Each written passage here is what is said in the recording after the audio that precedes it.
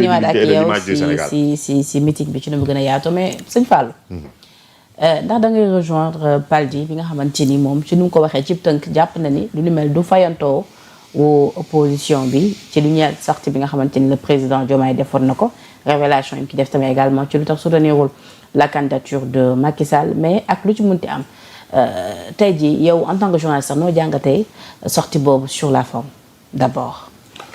Bon, ci forme bi je pense qu'ils ont choisi de bons journalistes Moustapha Diop El Hadji Assane Gueye Pape Alé Niang comme modérateur qui au cours du débat moom sax dafa doon poser question nekkatul woon modérateur. Donc ci forme bi baax na maintenant lu ñu si mën a constater mooy bëri na loo xam ne le président waroon na ko waxu ko wala nit ñi bëggoon nañu ko dégg si moom dégguñu ko. parce que amul woon ay relance c'est-à-dire président dañ koy poser question. mu taxaw développé bëggoon naa ñu relancer ko bi mu waxee ni lu tax soutenir candidature mag bëggoon naa ñu laaj ko kon an lettre bi. bon président de la République bu dee jàkkaarloog taskatu xibaar bëgg a wax ak sénégalais yi nekk à l'aise day jël benn wala ñaari journalistes yi jàkkaarloog ñoom na leen nañu peut-être dana am un protocole d'interview mais on ne peut pas empêcher à un journaliste bu jàkkaarloog président wala ak koo munti doon di la poser ay questions te du relancer. Et malheureusement loolu moo waral bëri na ay questions yoo xam ne par exemple le président de la République prononcé aussi man par exemple quand Ousmane Sonko disait que président de la République moo ko jox ndogal moo bind chancelier yi nekk dans les pays du Golfe pour jox ko loolu waroon nañ ko laaj le président de la République parce que dafa am ay domaines yoo xam ne ay domaines réservés au président de la République la diplomatie par exemple et si le président décide que dafa am ay prérogatives constitutionnelles sur le plan diplomatique yu mu war a jox le premier ministre ça doit être signé par un décret du da ngay ñëw bind l'ambassade de Iran wala telle ambassade na ko looy defatee Sénégal jaar si premier ministre donc am na loolu demee na ko benn question la quand le premier ministre lui dit que dëkk bi dafa manque autorité yooyu bëggoon nañu xam comment le président naka la ko apprécier sur le cas Samba Ndiaye waroon nañ ko laaj. Samba dafa tey xëy. mais c'est-à-dire aujourd'hui xam nga dans un état normal ñu ne la un président de la République un président a pris une décision le premier ministre a refusé de contresigner jusqu'à maintenant amul benn Sénégalais bu xaw dëgg-dëgg lan mooy xew ci décision boobu. yow xam nga lu tax Samba xëy. ko amul contre-saint au premier ministre. Et aujourd'hui apparemment c'est Moustapha Thié qui est toujours là-bas. Donc bëri na ay questions daal yoo xam ne même sur le plan économique sur le plan politique maintenant bu ñu xoolee si forme bi si timing bi da ngay xam ne président de la République sujet bi mu gënoon a nekk à l'aise bi ko gënoon a intéressé mooy les sujets politiques digganteem ak Ousmane Sonko digganteem ak Pastef moo ko gënoon a ñor si wax ji parce que boo ko si laajee temps lay jël le président de la République dafa mel ne dafa nekkoon si bon il ne parlait pas aussi loolu faaw ma analyse ko président waxul woon a niti Pastef déedéet parce que président xam na ne Pastef am nañ benn gis-gis si moom ba pare te xam na ne li ànd ak Ousmane Sonko si ay militants président Diomaye dafa yàgg ànd ak Ousmane Sonko defe naa ak moom 10 ans xaw ma 10 ans wala 12 ans mais xam na mentalité militant Pastef donc waxut ak ñoom et xam nga loo koy waral le simple fait que le président dit que doon nañ wut 500 000 te bi ñuy bindu moins de 100 000 la ñu am. pour leur dire que yéen vous êtes minoritaire au Sénégal taxu leen may wax. après mu rappeler ces chiffres yi ko élire mu ne 2 400 000. donc ñaata la militant Pastef donc président waxul woon ak waa Pastef ñi mu doon defal exercice de clarification mooy les sympathisants yi nga xam ne dañu gëmoon Ousmane Sonko parce que projet la yor xam nga Pastef dafa am ñaari nit dafa am koo xam ne dafa lay wax ne man Ousmane Sonko lu mu wax baax na. lu muy bëgg a wax baax na kooku. Ousmane Sonko la jàppee projet. dafa jàpp ne projet bi Ousmane Sonko rek moo ko mën a incarner. kooku président taxul muy wax. ñi tax muy wax mooy ñi nga xam ne dañoo gëm ne Pastef dañoo ànd nekk ay cadre nekk ay xale am xam-xam am intégrité bind un projet Ousmane Sonko di ko incarner. beneen mooy sénégalais yi nga xam ne xëy na ay mooy duñ ay sympathisants duñ ay muy les indécis ñi nga xam ne dañu xool situation ñooñu la doon waxal ne man Ousmane Sonko xëyut rek tànn ma. dama nekk c'est-à-dire lu ma am tey dama ko mérité léegi bu wax ñëw nag exercice de clarification si wàllu liggéey moom ba léegi vision bi Pastef amoon moom la am waru ko donc Pastef bu ñu jàpp ne président ñoom la doon waxal pour ñoom ñu jël ay décisions politiques pour ñëwaat jàppale ko. Pastef dañoo jàpp nañ ne président ñoom lay waxal ndax tontu nañ ko de. cadre yi tontu nañ ko de Abass Fall mais loolu président doon ko xaar. ba pare métti na leen tamit le fait que président ni Ousmane Sonko gëmul révolution. Bon, il n'est pas le gardien d'une quelconque révolution. Dana Ousmane Sonko gëmul woon messianisme. gëmut comment héros. Cheikh Thioro nee na mais Ousmane Sonko wax na Cheikh Thioro Mbacké sax nee na président dafa war a tuubal Ousmane Sonko. ah bon. waaw mais parce que président nee na aussi buy yedd Ousmane Sonko du ko yedd si mbooloo bon wax boobu aussi jàpp naa ne seen diggante bon xëy na mënoon na koo kii mais c'est loolu ne président léegi ba wax Ousmane Sonko da koy minimiser. ah wax boobu ci loolu la bokk. casser le mythe. léegi nag y a deux choses soit le président de la République sur le plan politique la am ak jafe-jafe Ousmane Sonko il annonce nit ñi ne kii matatuma kilifa c'est-à-dire sur le plan politique kii matatuma kilifa parce que bu naan leen Pastef nii muy doxee bu continuer da yàq loolu Ousmane Sonko lay wax la ko teg waa Pastef ni muy doxee Ousmane Sonko la neex donc Ousmane Sonko lay waxal na leen kii mënatul mën a yor parti bi kon kii wala boo kii sur le plan politique ni muy doxee matatuma kilifa politique beneen bi wala Diomaye jëmmi Diomaye Faye et loolu ce n'est pas à écarter quand vous êtes président de la République nit ñi gis-gis bi nga doon am si ñoom bokkul Diomaye Ousmane Sonko qu'il voyait c'était un Ousmane Sonko leader porteur d'un projet un leader charismatique am ay vision ay nangam di leen wax ñuy gëm ñuy bokk di waxtaan président Diomaye bu toog si pouvoir bi gis dossier état yi dégg li Ousmane Sonko bu àndoon ak moom ñu koy wax ak mu gis la réalité du terrain est-ce que du xeeb Ousmane Sonko ne kii nekkate li mu doon wax bokkut ak li nekk dëgg-dëgg état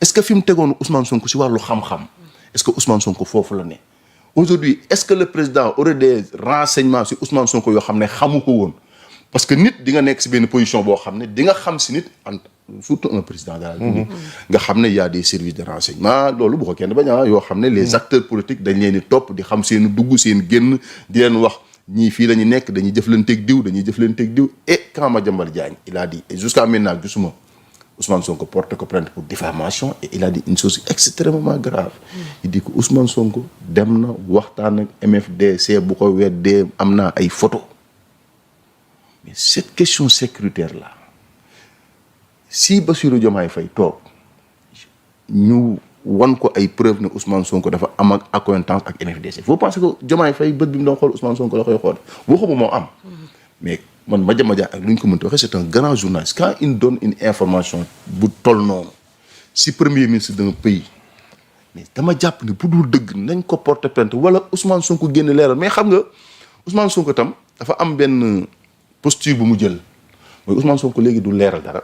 ah mais justement est-ce que du leeral boobu fa la jëm ci sortie bu nar a def ngir def bilan am ci ñaari atam yu mu jiite. bon loolu gouvernement je veux dire ndax tribune lay wut. pour tontu li nga xamante ni moom moo di sortie bu Diomaye bi. ah bien sûr sortie bu Diomaye bi lay tontu mais wan Sénégalais yi nag nañ jàpp li may wax dina wan Sénégalais yi liñ doon def lépp sama xalaat du xalaatu Diomaye te nag Paul mi dégg naa ko ma wax Diomaye aussi boo ko dégloo muy wax da ngay xam ne Diomaye mii quand même si profondeur des na il ne maîtrise pas les chiffres. Quand il parle d'économie doo am yow en tant que journaliste doo am loo jàpp ci président les autres présidents bu ñu la doon wax dañ lay jox ay chiffres nii la ñuy financier nanga mais Diomaye wax na ba pare waxul dara ci presse xalaatu Ousmane Sonko. ah mais nee na fas yéene na tamit si yow presse ngay wax. waaw presse laay wax dama ne presse plan de redressement bi. plan de redressement Ousmane Sonko daf ko. mooy presse. mooy plan de redressement. dama ko xawoon jaawale ak ñun quoi. non presse la presse pas presse. média presse bu Ousmane Sonko. presse programme. mais Ousmane Sonko ko tëgg mais Ousmane Sonko buy tëgg en tant que premier ministre dafa war a nekk xalaatu vision président xam nga premier ministre du xëy suba rek am benn ci ni réew mi ni ñu ko bind laa wax politique de la nation président moo koy définir si nous avons des questions des problèmes économiques c'est le président qui doit dire que je veux telle voie pour que suñu problème économique réglé wu maintenant le premier ministre daf koy mettre en œuvre mais rappelez-vous du conseil des ministres bi ñu doon indi presse dañ ne adopté nañ en conseil des ministres presse bi nga xam ne premier ministre Ousmane Sonko moo ko indi mais Diomaye wax na nit ñi ne leen man kon si wàllu économie dañuy régler suñu problème économique bàyyi dama ko bàyyee Sonko aw ma si xalaat léegi Ousmane Sonko buy def bilan nag dana leen wan ne bépp résultat bu ñu def bu positif du xalaatu Diomaye du doxalinu Diomaye c'est-à-dire dana wane ne Diomaye nekk tout ci vision Pastef bi mu wax maintenant Diomaye itam am na benn xeer bu mu sànni boo xam ne nit ñi seetlu wuñ ko. Diomaye nee na premier ministre xam nga premier ministre discours am bi gën a attirer les militants et liñ gën a meree Diomaye mooy wàllu justice. surtout par rapport aux martyrs. Ousmane Sonko bëri na discours yu muy def dafay wax ne justice bi dafa ngeen ne war na doxe nii. war na nangam suñu martyrs yi nangam. il a fallu bi mu demee Grand Théâtre journée des martyrs lay doog a wax fi Yacine Fall nekk dossiers yi mënta gaaw dafa complexe. nekk de Ousmane Sonko depuis Assemblée nationale voté. loi interprétative bi moom en tant que premier ministre ma waxoon ko fii l'autre jour passé. président justice si wàllu doxalin si instruction si doxalin si wàllu procédure amul pouvoir bu premier ministre amul. ma répété ko. président à part nommer un magistrat wala dàq magistrat par décret sur proposition du conseil supérieur de la magistrature. boo xam ne le ministre de la justice dafay nekk. amul si justice pouvoir bu am président nee na Sénégalais yi ak Pastef yéen ñii naan ma justice Ousmane Sonko moo ne bind na le ministre de la justice ne ko nañu ubbi enquête si les événements de mars par rapport ñi nga xam ne dañoo faatu ba pare ne Ousmane Sonko nee na pour wane ne moom amu si benn responsabilité nee na Ousmane Sonko sax nee na procureur ne vise telle ak telle infraction Ousmane Sonko la moo tax mësta jàkkaarloog Sénégalais yi na leen justice bi man bind naa ministre ña ngi def enquête Ousmane ne l'a jamais dit président donc mu ngi leen di wax ne justice bi ngeen di réclamer Ousmane Sonko ma ngi koy doxal mais nanguwu leen ko wax day jël responsabilité di ko bàyyi ak man mais moom liy dox si wàllu justice diggante état ak justice pour jox instruction au procureur pour wax leen na ngeen gaaw na ngeen def nangam te priorité Ousmane Sonko moo ko yor du man. le président tamit nee na donte nag la justice dafa am temps am waaye tamit àndul ci ñi nga xamante ni dañuy utiliser méttitu famille victime yooyu ngir mun di ko exercer. loolu moom xoolal dafa war a wax mu leer xam nga président tam dafay Diomaye day nekk nit koo xam ne bon bu ma mënee balan day matt di ëff Diomaye bu bëggee wax dara da ko wax mu àgg day junju bàyyi foofu nag lañ wuuteeg Ousmane Sonko. Ousmane Sonko moom mu neex la nga bañ ko mu soof la lu mu xalaat si wàllu politique ne àndu si nam ko xalaate la koy wax saa yi premier ministre bu taxaw ne réew mi dafa manque problème d'autorité ñëpp a xam ne président lay waxal mais loolu mën nga bañ a d'accord si procédé bi en tant que républicain mais Ousmane Sonko il est comme ça. mais ndax aussi tamit sëñ Fallou. ndax ci meeting parce que sa biir bi ngay développé léegi da nga ni. président ci sortem bi daf leen xamal ni leen askan bi ñoo ma fal. yéen non je veux dire dafa leen xamal ni leen Pastef minorité lañu ci li nga xamante ne en tout cas moom mooy li ko fal. benn est-ce que lu ni mel tamit la leen bëgg la bëgg confirmer waat ci meeting bi ñu woote Mbour. bon li ma wax mooy waxut ak peuple Pastef. voilà loolu laa bëgg. xam na ne ay sympathisants Ousmane Sonko dañ ko waxal. mais c'est-à-dire les inconditionnels de Pastef. laa wax taxul Diomaye génn def sortie.